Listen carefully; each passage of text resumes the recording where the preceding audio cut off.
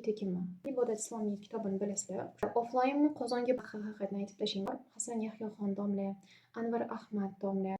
Assalomu alaykum va rahmatullohi va barakatuh. Men Marziya Alimiya. Inshaalloh o'zimni universitetim haqida sizlarga gapirib bermoqchiman. Qaysi universitetga topshiraman?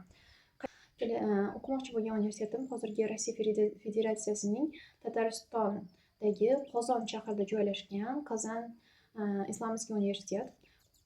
Imkoniyatlari ko'rib chiqdim, hamma narsani o'rganib chiqdim va menga ma'qul bo'lgani uchun topshirishga qaror qildim. Albatta, birinchi savol kelishi mumkin sizlarga. Xo'p, u universitet pullikmi yoki tekinmi? Bu universitet kontraktli, puli bor.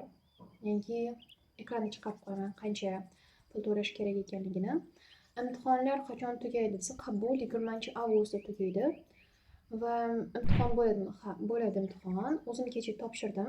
Albatta o'tolmadim. Subhanalloh, chunki tayyorlanmasdan topshirgandim, o'zimning kuchimga ishonib. Oldingi olgan ilmlarimga, ammo zakot bo'yicha, gramlar bo'yicha juda ham ko'p savollar tushgani uchun ularda sal oqsadim. U tomonda ilmim kam ekan, shuni bilib oldim. Ilm testli Ibodat Islomiyadan bo'ladi. Ibodat Islomiy kitobini bilasizlar, o'sha kitobdan bo'ladi.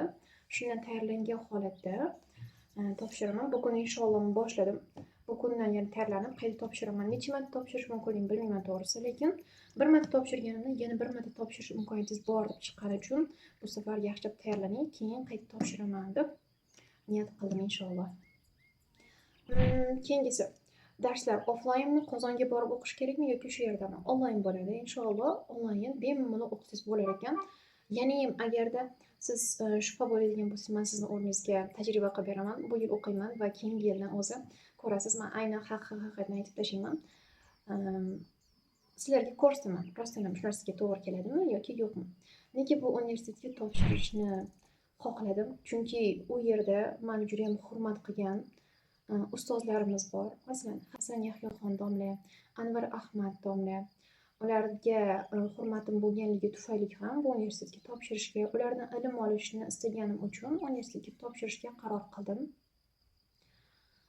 Onlayn bo'lsa qiynalmaysizmi desa, onlayn bo'lsa, to'g'risi onlayn unaqa universitetda o'qib ko'rmaganman, ammo ilmga bo'lgan sevgim bo'lgani uchun menimcha qiynalsam ham bu yo'ldan to'xtamayman.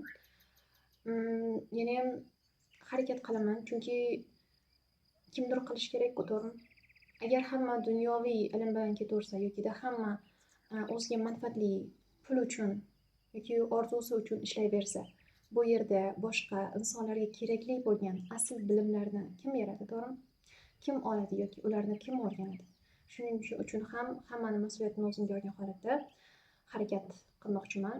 Hozir ham masalan shu onlayn o'tib hujjatlaringizni topshirsangiz, onlayn tekin bo'lgan darslar bor. Testlardan o'tsangiz, ular ochiladi. Hozir qulf qilib turibdi, ammo keyin ochiladi inshaalloh. Hujjatlarni qanday topshiraman desa, quyidagi hujjatlar kerak. Ekranga chiqarib qo'yaman. Hujjatlaringizni o'zlarida notarius orqali o'tkazishingiz kerak, chunki pasportlaringizni ham rus tiliga tarjima qildirishingiz kerak. U adashmasam attestat bilan o'zimni pasportimni 280 mingga qildirdik. Ikkisi birda bo'lsa 280 ming. Agarda siz qaysi universitetdan yoki litsey orqali bormoqchi bo'lsangiz, uni narxlari o'zgaradi. U yerda ko'rasiz inshaalloh. Xo'p, darslar qaysi tilda bo'ladi? Darslar rus tili va o'zbek tilida bo'ladi. Ko'proq o'zbek tilida bo'ladi, ammo rus tilini bilgan ham afzalroq. Chunki rus tili ustozlari ham rus tilida ustozlar ham dars o'tadi. Rus ustozlari demoqchi edim, subhanalloh. Ularni ham baribir rus tilidan stoykangiz bo'lgani yaxshi deb o'ylayman. Chunki rus tilidan to'g'ri darslar 6 oy darslar bor ekan boshlang'ich holatda, ammo baribir rus tilini bilish shart. Chunki u yerda juda ham ko'p ilmiy so'zlar bo'ladi. Ilm olishda bilasizki, ilmiy bo'lgan juda ham biz hattoki o'zbek tilida ham tushunmaydigan so'zlarimiz bor. Endi uni rus tilida tushunish bu juda ham katta narsa. Shuning uchun baribir rus tilini bilganingiz afzalroq. Keyin yana qanday savollaring bo'lsa, albatta yozib ketinglar.